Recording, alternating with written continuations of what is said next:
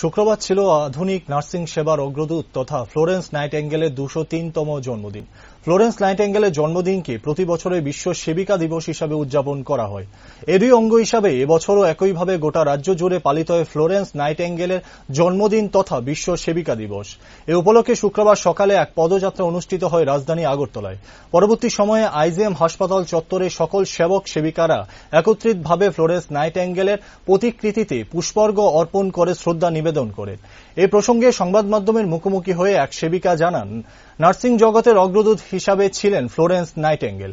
তিনি যে পথ প্রদর্শন করে গেছেন তাকে অনুসরণ করে আগামী দিনে মানুষের জন্য কাজ করবে সকল সেবক সেবিকারা।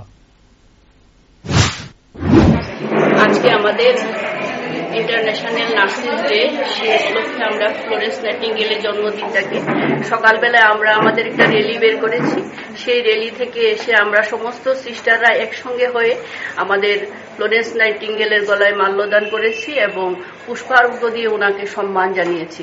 আজকের এই মডার্ন ইস্যুতে যে আমাদের নার্সিং এর পায়োনিয়ার, ওনার প্রতি শ্রদ্ধা জ্ঞাপন করে এবং আমরা ওনার পথকে অনুসরণ করে যাতে আমরা ভবিষ্যতে নার্সিং প্রফেশনটাকে আরো সামনের দিকে এগিয়ে নিয়ে যেতে পারি এবং সমাজের প্রতিটা মানুষকে যাতে সাহায্য করতে পারি, সেই আশা নিয়ে আজকের দিনটা আমরা পালিত করছি এবং শ্রদ্ধা জ্ঞাপন করছি ওনার উদ্দেশ্যে যে আমরা ওনার পথ অনুসরণ করে চলব এবং ভবিষ্যতে আমরা এইভাবে ওনাকে সারা জীবন স্মরণ করে নেব।